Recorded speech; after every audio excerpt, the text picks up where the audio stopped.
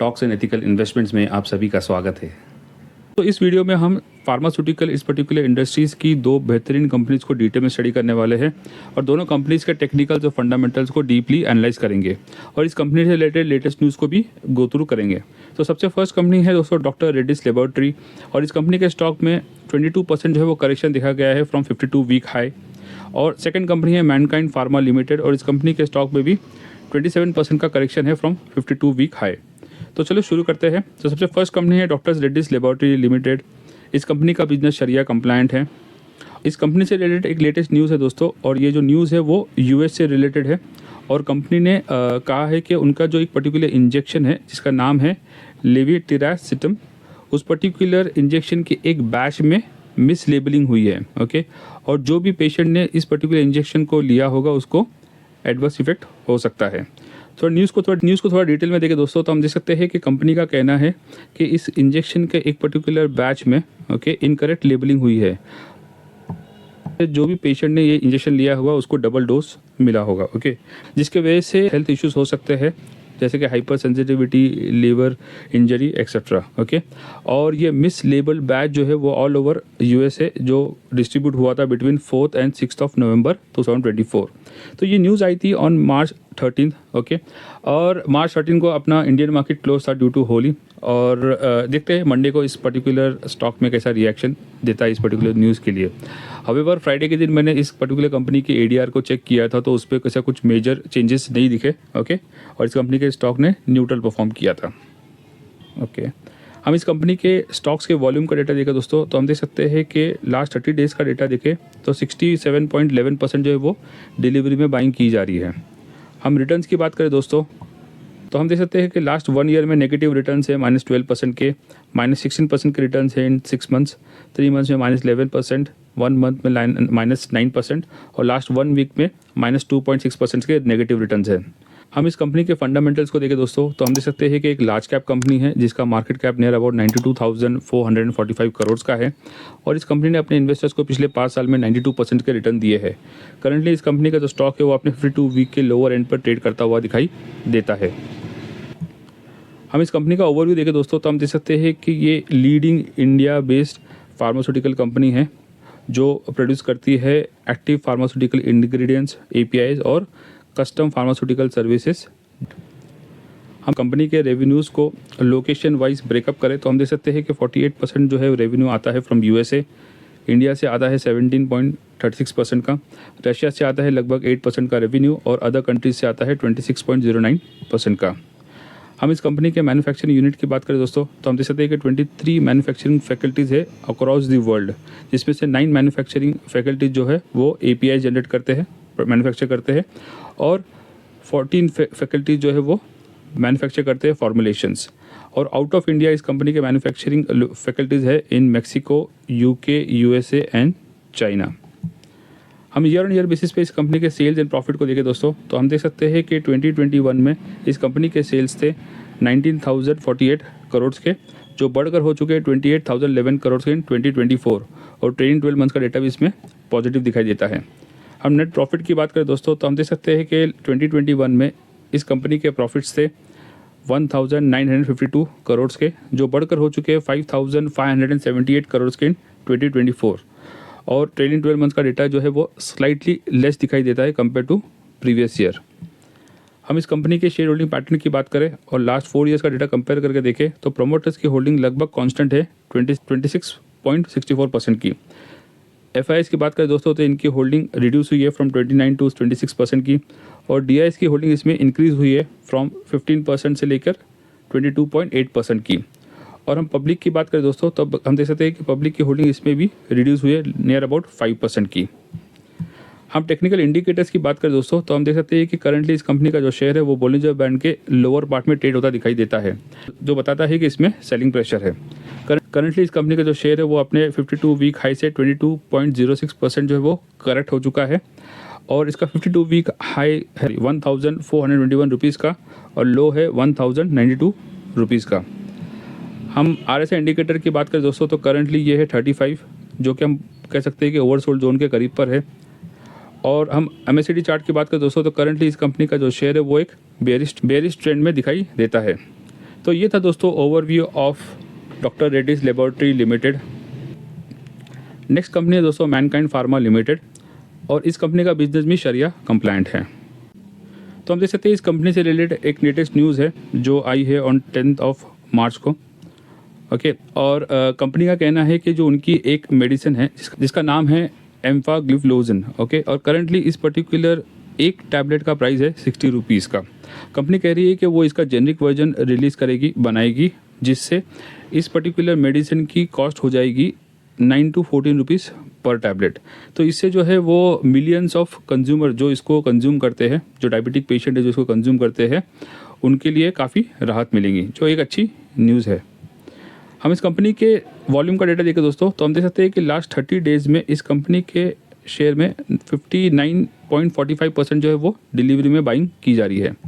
हम रिटर्न्स की बात करें दोस्तों, तो लास्ट 1 ईयर में पॉजिटिव रिटर्न्स है 6.81% के, लास्ट 6 मंथ्स में 11% के, लास्ट 3 मंथ्स में -16%, 1 मंथ में -11% और लास्ट 1 वीक में -2.86% के नेगेटिव रिटर्न्स है। हम इस कंपनी का फंडामेंटल्स को देखें दोस्तों, तो हम देख सकते हैं कि ये कंपनी भी लार्ज कैप कंपनी है जिसका market cap near about 90,813 crore का है, और पिछले 1 साल में इस कंपनी ने अपने इन्वेस्टर्स को 3.73% के रिटर्न दिए हैं। ये कंपनी लिस्ट हुई है तकरीबन 1.5 ईयर के करीब पर। ओके, और करंटली इस कंपनी का जो स्टॉक है वो अपने 52 वीक के लो और मीडियन के मिड पर ट्रेड होता दिखाई देता है। हम इस कंपनी का ओवरव्यू देखें दोस्तों, तो हम देख सकते हैं कि कंपनी फॉर्म हुई थी इन 1995। ओके, जो मैन्युफैक्चर करती है pharmaceutical formulations in various acute chronic therapies areas and several consumer health care products. Okay, और हम की पॉइंट्स देखें इस कंपनी के, तो हम देख सकते हैं कि ये नंबर 1 रैंक है in prescription over last 5 years, और यंगेस्ट कंपनी है to top in the top 5 of IPM।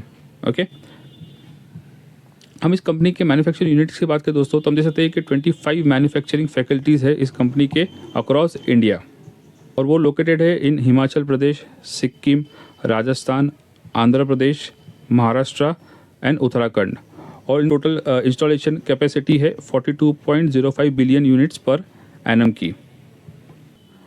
हम इस कंपनी की रेवेन्यू को प्रोडक्ट वाइज ब्रेक डाउन करें तो हम देख सकते हैं कि 15% जो है वो रेवेन्यू आता है फ्रॉम कार्डियोवैस्कुलर मेडिसिन से, और 14% जो है रेवेन्यू आता है फ्रॉम एंटी इन्फेक्टिव्स, 10% का जो रेवेन्यू आता है फ्रॉम गायनेकोलॉजी इस पर्टिकुलर सेगमेंट में से, और 9% से रेवेन्यू आता है फ्रॉम गैस्ट्रो इंटेस्टाइन, और 9% का रेवेन्यू आता है फ्रॉम एंटी डायबिटिक मेडिसिन्स।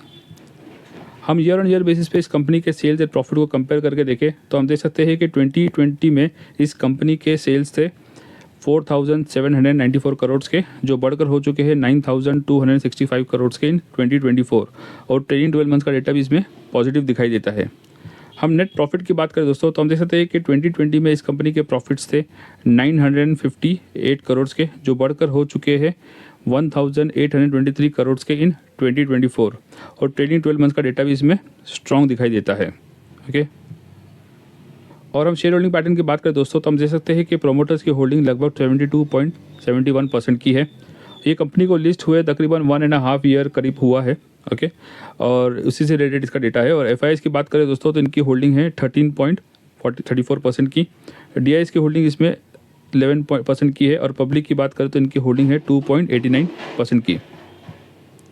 हम टेक्निकल इंडिकेटर्स की बात करें दोस्तों, तो करंटली इस कंपनी का जो शेयर है वो बोलिंजर बैंड के लोअर पार्ट में ट्रेड होता दिखाई देता है, इसलिए ये एक बेरिश मोड में है। और करंटली इस कंपनी का स्टॉक अपने 52 वीक हाई से 27.94% करेक्ट हो चुका है।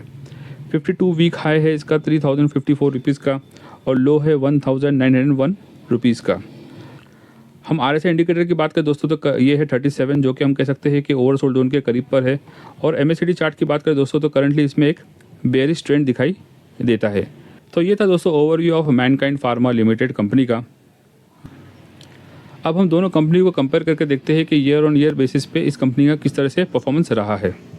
बेस्ड ऑन मार्केट कैप हम देख सकते हैं कि डॉक्टर रेड्डीज लैब का मार्केट कैप ज़्यादा है कंपेयर टू मैनकाइंड फार्मा। और PE रेशियो की बात करें दोस्तों, तो 17 है डॉक्टर रेड्डीज लैब का, और 46.9 है मैनकाइंड फार्मा का। तो वैल्यूएशन वाइज हम देख सकते हैं कि मैनकाइंड फार्मा जो है वो एक्सपेंसिव दिखाई देता है as compare to doctor Reddy's lab. हम लास्ट 1 क्वार्टर के परफॉर्मेंस को देखें दोस्तों, तो हम देख सकते हैं कि प्रॉफिट ग्रोथ है 1.6% की इन डॉक्टर रेड्डीज लैब और नेगेटिव प्रॉफिट ग्रोथ है -10% की इन मैनकाइंड फार्मा। हम सेल्स ग्रोथ की बात करें दोस्तों तो 15.8% की है इन डॉक्टर रेड्डीज लैब और 8.48% की है मैनकाइंड फार्मा की। हम लास्ट 1 ईयर का डेटा कंपेयर करके देखें दोस्तों, तो हम देख सकते हैं कि प्रॉफिट ग्रोथ है 2.5% की इन डॉक्टर रेड्डीज और 23% की है इन मैनकाइंड और सेल्स ग्रोथ है 14% की इन डॉक्टर रेड्डीज में और 10.5% की है इन मैनकाइंड फार्मा में। और हम लास्ट 3 ईयर्स का डेटा देखें दोस्तों, तो हम देख सकते हैं कि प्रॉफिट ग्रोथ है 41% की इन डॉक्टर रेड्डीज में और 17% की है इन मैनकाइंड में। और सेल्स की बात करें दोस्तों, तो सेल्स ग्रोथ है 13% की इन डॉक्टर रेड्डीज में और 18.8% की है इन मैनकाइंड।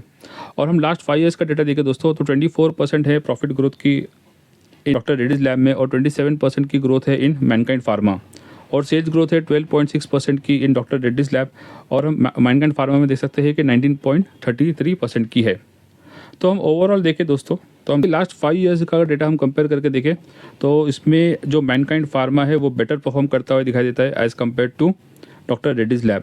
बट हम लास्ट 1 ईयर का और हम 3 ईयर्स का डेटा देखें तो यहाँ पे हमको मिक्स परफॉर्मेंस दिखाई देता है इन सेल्स एंड प्रॉफिट। और लास्ट 1 क्वार्टर का डेटा देखा जाए तो इसमें जो डॉक्टर रेड्डीज लैब है वो बेटर परफॉर्म करता हुआ दिखाई देता है as compare to Mankind pharma. अब हम दोनों कंपनीज़ के स्टॉक्स के रिटर्न्स को कंपेयर करके देखते हैं ईयर ऑन ईयर बेसिस पे।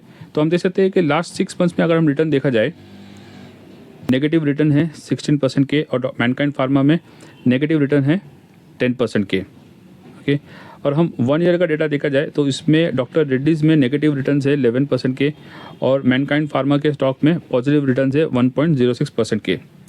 और हम 5 ईयर्स का डेटा देखें दोस्तों, तो हम देख सकते हैं कि डॉक्टर रेड्डीज़ लैब में 91% के रिटर्न है, बट जो मैनकाइंड फार्मा है उसमें 58% के रिटर्न है। हाउएवर ये 5 ईयर्स का डेटा नहीं है, तकरीबन हम कह सकते हैं कि 1 ईयर 9 मंथ्स के करीब का इसका डेटा है। ओके, तो हम ओवरऑल देखें दोस्तों, तो हम देख सकते हैं कि दोनों कंपनी जो वो बेहतरीन कंपनी है फार्मा इस पर्टिकुलर सेक्टर की और दोनों ही लार्ज कैप कंपनी है और ईयर ऑन ईयर बेसिस पे दोनों कंपनी में स्टडी ग्रोथ दिखाई देती है इन सेल्स एंड प्रॉफिट। तो आपको इन दोनों कंपनी में से कौन सी कंपनी बेटर लगी कमेंट सेक्शन में ज़रूर लिखना। इसके अलावा आप अपने फीडबैक सजेशन को भी कमेंट्स में ऐड कर सकते हैं और मैंने व्हाट्सएप चैनल का लिंक भी पिन कमेंट में ऐड किया है, आप चाहे तो उसको फॉलो कर सकते हैं ताकि जब भी मैं कोई नई वीडियो बनाऊँ तो उसका नोटिफिकेशन आपको तुरंत मिल जाए। इस वीडियो में इतने ही दोस्तों, मिलते हैं नेक्स्ट वीडियो में एक न्यू इंटरेस्टिंग टॉपिक के साथ। Thank you.